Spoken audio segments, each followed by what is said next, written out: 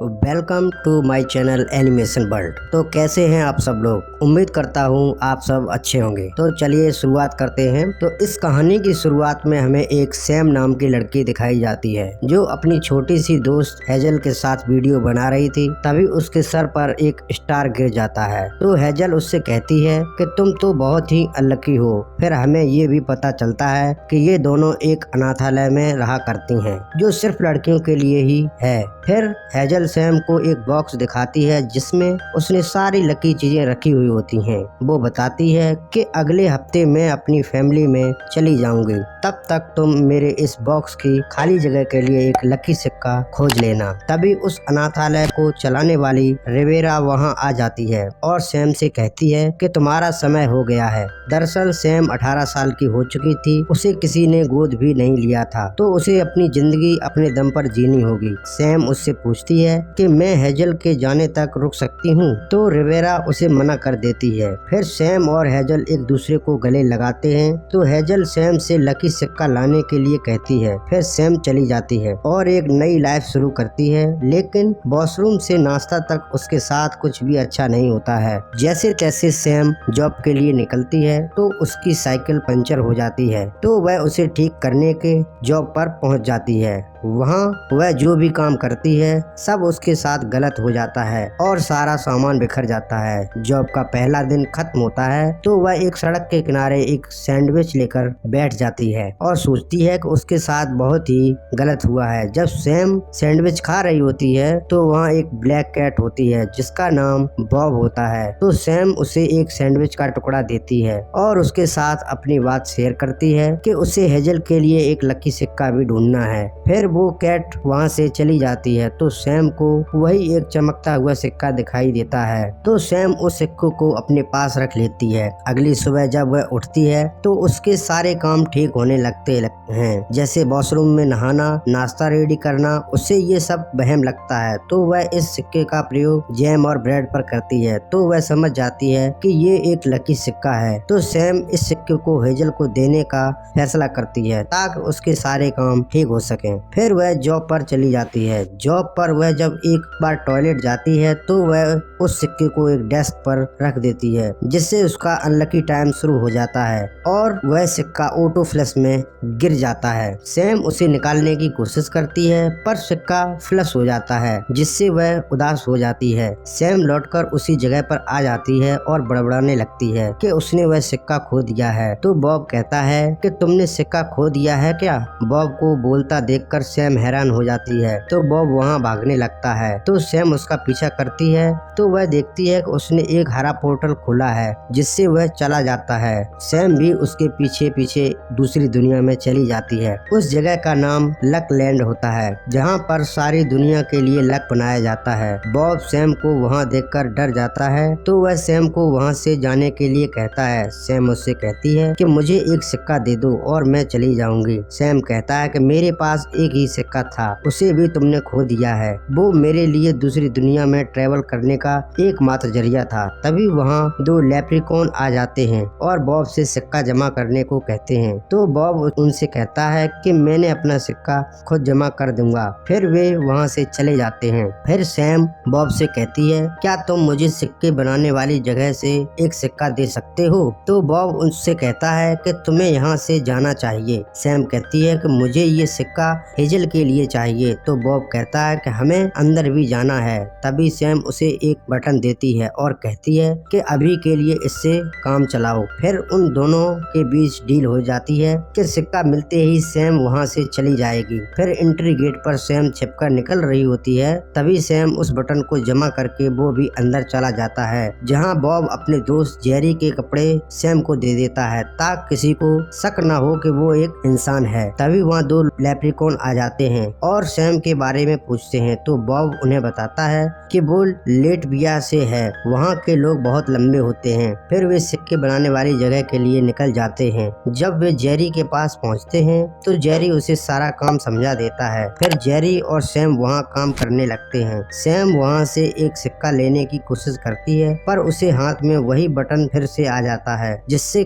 कारण वहाँ सब कुछ इधर उधर हो जाता है और वहाँ पर चेक करने वाली पुलिस आ जाती है। जब सैम बाहर बॉब के पास जाती है तो बॉब कहता है कि तुमने सब गड़बड़ कर दिया है। जब बॉब बटन कैप्टन के पास पहुँचेगा, जब वो तुम्हें मारे जाएंगे, तो सैम उससे कहती है कि सिक्का लेने का कोई न कोई और दूसरा तरीका भी होगा। ये सब जेरी सुन लेता है तो सैम उसे सब सच बता देती है। जेरी कहता है कि अगर कैप्टन को इस बारे में पता चला तो बॉब वो बैड लक लैंड भेज देगी। फिर वे वहाँ से चले जाते हैं। सैम जेरी से खोए हुए सिक्के को ढूंढने के बारे में पूछती है तो जेरी बताता है कि हमें उसके लिए रैबिट ड्रोन चाहिए और उसके लिए क्रिस्टल, जिससे हम उसे कंट्रोल रूम से में जाकर उसे कंट्रोल कर सकते हैं। फिर वे उस जगह पहुंच जाते हैं जहां मैनेजर बेव सैम को देख लेती है। वे किसी तरह एक क्रिस्टल वहां से ले आते हैं। फिर जेरी रैबिट की ओर, सैम बॉब कंट्रोल रूम की ओर चले जाते हैं। रास्ते में बॉब सैम को एक मशीन दिखाता है और बताता है कि यहाँ पर क्रिस्टल को चूरा करके लक बनाया जाता है। तभी सैम पूछती है कि बैड लक कहाँ बनता है। इधर जेरी रैबिट ड्रोन तक पहुँच जाता है और उधर सैम बॉब वहाँ कंट्रोल रूम तक पहुँच जाते हैं। तो सैम वहाँ पर सभी रैबिट को अपनी डांस से गुमराह करने लगती है। तब तक बॉब कंप्यूटर और ड्रोन की मदद से वो लकी सिक्का ढूंढ लेता है। असल में उन्हें वह सिक्का एक गटर में मिलता है। फिर वे वहाँ से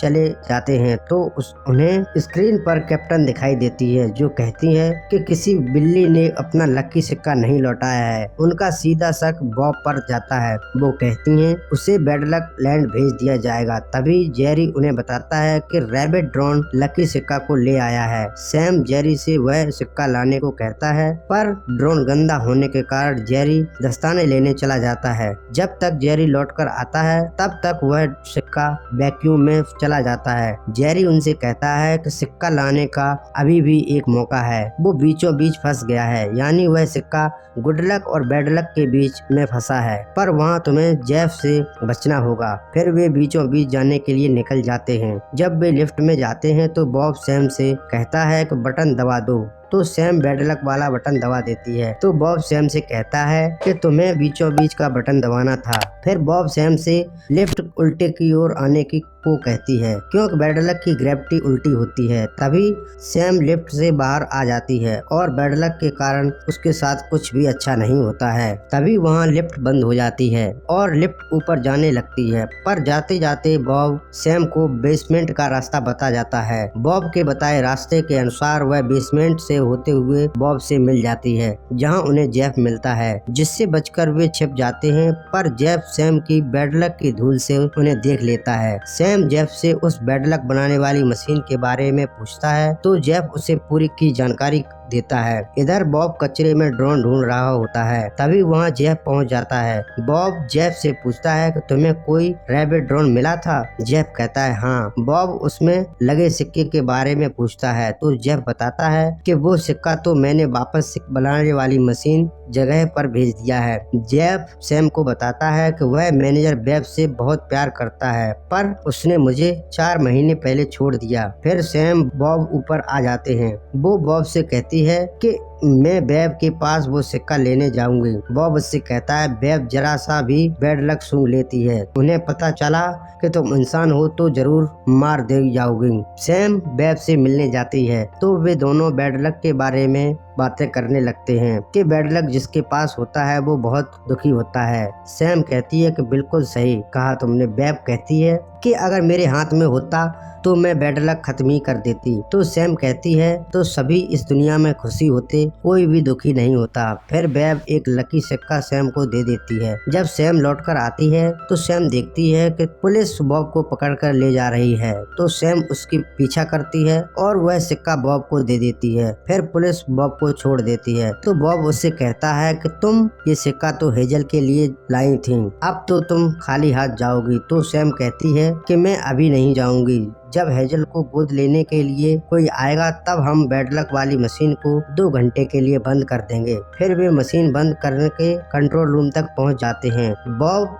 उससे पूछता है कि इससे क्या हो जाएगा, तो सैम उससे कहती है कि हेजल को एक परिवार मिल जाएगा जो उसका हमेशा ख्याल रखेगा। जब सैम कंट्रोल रूम से बाहर आती है तो बैड लक मशीन खराब हो जाती है, जिससे पूरे गुड लक लैंड में बैड लक फैल जाता है और सब कुछ बैड लक हो जाता है। फिर सैम देखती है कि जो हेजल को गोद लेने आने वाले थे वो गोद आते ही नहीं। वहाँ सब कुछ बैड लक हो जाता है और उस लैंड का सारी दुनिया से कनेक्शन कट जाता है। बेब कहती है अगर थोड़ा सा भी गुड लक होता तो मैं सब कुछ ठीक कर सकती थी। फिर रैंडमाइजर भी बंद हो जाता है। तभी सैम सबको बताती है कि वह एक इंसान है। फिर सभी वहाँ से चले जाते हैं। इधर सैम रोने लगती है तो बॉब उससे समझाता है कि तुम अनलकी नहीं हो, तुम तो बहुत अच्छी हो। तो सैम उससे कहती है कि ये सब ठीक करने का कोई तो तरीका होगा। बॉब उससे कहता है कि थोड़ा सा भी गुड लक होता तो सब ठीक हो जाएगा। तो सैम कहती है कि उसने बैड लक वाली जगह पर थोड़ा गुड लक देखा था।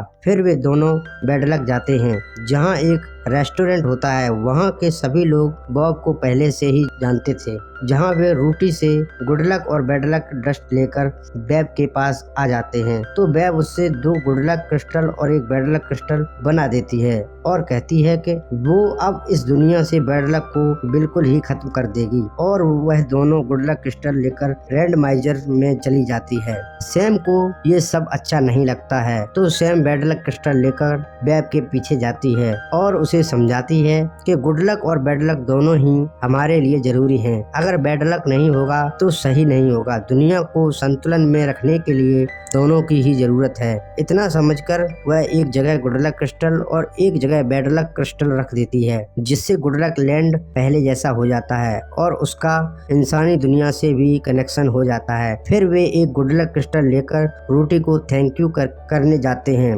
इसके बाद कैप्टन बॉब को लकी सिक्का देती है, पर बॉब उसे लेने से मना कर देता है तो सैम के साथ जाने का फैसला करता है। फिर हमें 1 साल बाद की स्टोरी दिखाई जाती है जहां हेजल को परिवार मिल चुका है और सैम ने बॉब को एक फोन भी दिला दिया है। दोस्तों, अगर आपको ये एक्सप्लेनेशन जरा सी भी पसंद आई हो तो वीडियो को लाइक और चैनल को सब्सक्राइब जरूर कर दें और अच्छी वीडियो देखने के लिए चैनल को सब्सक्राइब जरूर करें।